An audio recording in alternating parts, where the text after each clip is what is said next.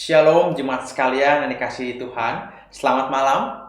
Dan seperti kita bersyukur kalau pada malam hari ini kita boleh bersama dengan keluarga melaksanakan mesbah keluarga.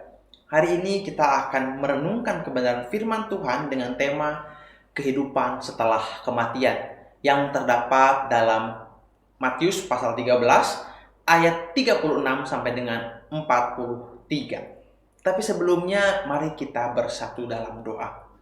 Tuhan Yesus, kami bersyukur kalau pada malam hari ini Engkau memberikan kami kekuatan, kesehatan, dan kesempatan untuk merenungkan firman-Mu bersama anggota keluarga kami. Berkati setiap kami dengan kuasa Roh Kudus-Mu, supaya kami boleh mengerti dan memahami firman-Mu Bapa, dan terlebih kami dapat melakukannya dalam kehidupan kami.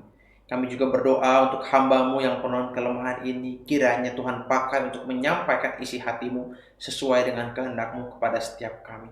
Ini doa kami Bapa, demi nama anak-Mu Tuhan Yesus, Juru Selamat kami hidup. Kami berdoa dan mengucap syukur. Haleluya. Amin. Mari kita buka Alkitab kita dari Matius pasal 13 ayat 36 sampai dengan 43. Begini bunyi firman Tuhan. Penjelasan perumpamaan tentang lalang di antara gandum.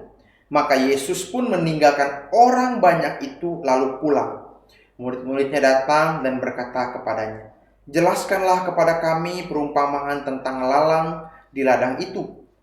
Ia menjawab katanya, "Orang-orang yang menaburkan benih baik ialah anak manusia, ladang ialah dunia. Benih yang baik itu anak-anak kerajaan dan lalang anak-anak si jahat. Musuh yang menaburkan benih ilalang ialah iblis. Waktu menuai ialah akhir zaman dan para penuai itu malaikat.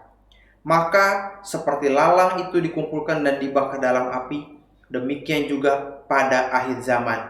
Anak manusia akan menyuruh malaikat-malaikatnya dan mereka akan mengumpulkan segala sesuatu yang menyesatkan dan semua orang yang melakukan kejahatan dari dalam kerajaannya. Semuanya akan dicampakkan ke dalam dapur api. Di sanalah akan terdapat ratapan dan kertakan gigi.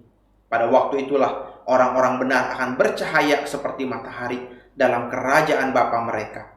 Siapa bertelinga, hendaklah ia mendengar. Amin. Sedemikian jauh pembacaan Alkitab kita.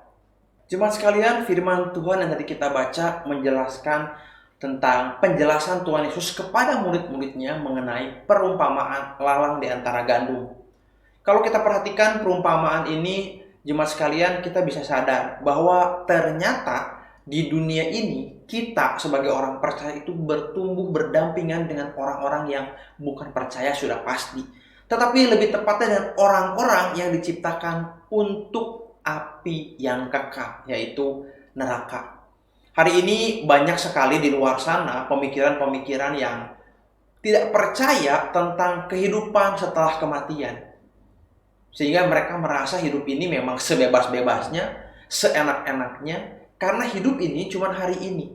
Tetapi jelas sekali firman Tuhan tadi mengatakan bahwa ketika orang percaya dan orang yang tidak mengenal Allah bertumbuh bersama-sama, kalau kita baca perumpamaannya begitu ya, dimana ternyata diumpamakan seperti lalang di antara gandum.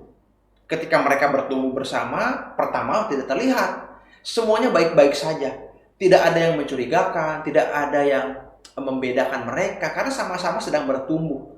Daunnya mirip-mirip, tetapi ketika sudah waktunya berbuah dan terlihat jelas tengah-tengah pertumbuhannya, disitulah muncul perbedaan yang sangat jelas antara lalang dan juga gandum.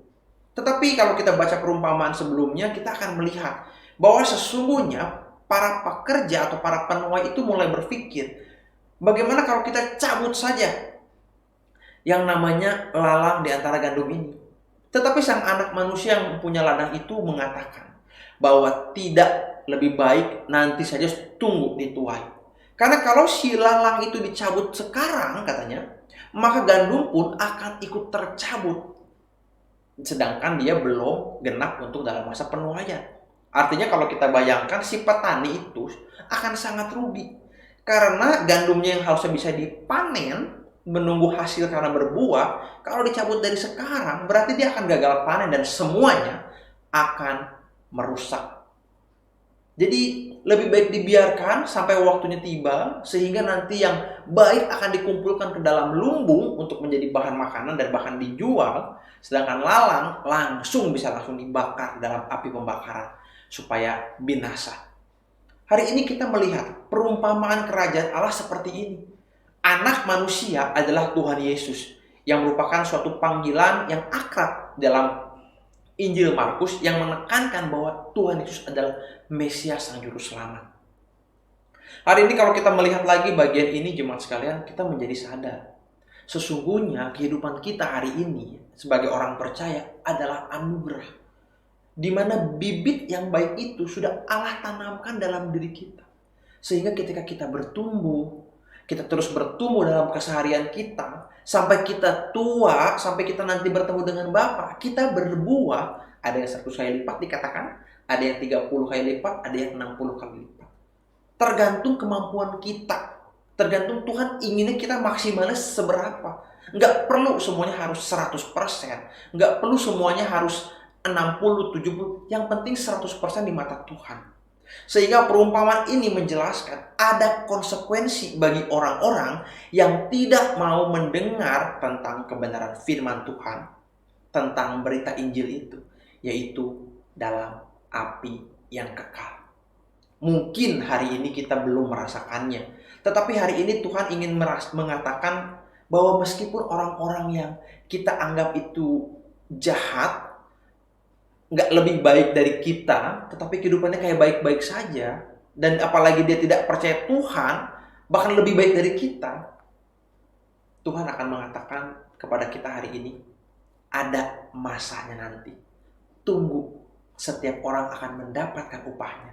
Dan bersyukur kalau kita hari ini bersama keluarga kita sudah memperoleh jaminan hidup yang kekal, dan sudah percaya sama Tuhan Yesus sebagai satu-satunya juru selamat. Dan itulah yang menjamin kita untuk hidup sampai selama-lamanya setelah kematian.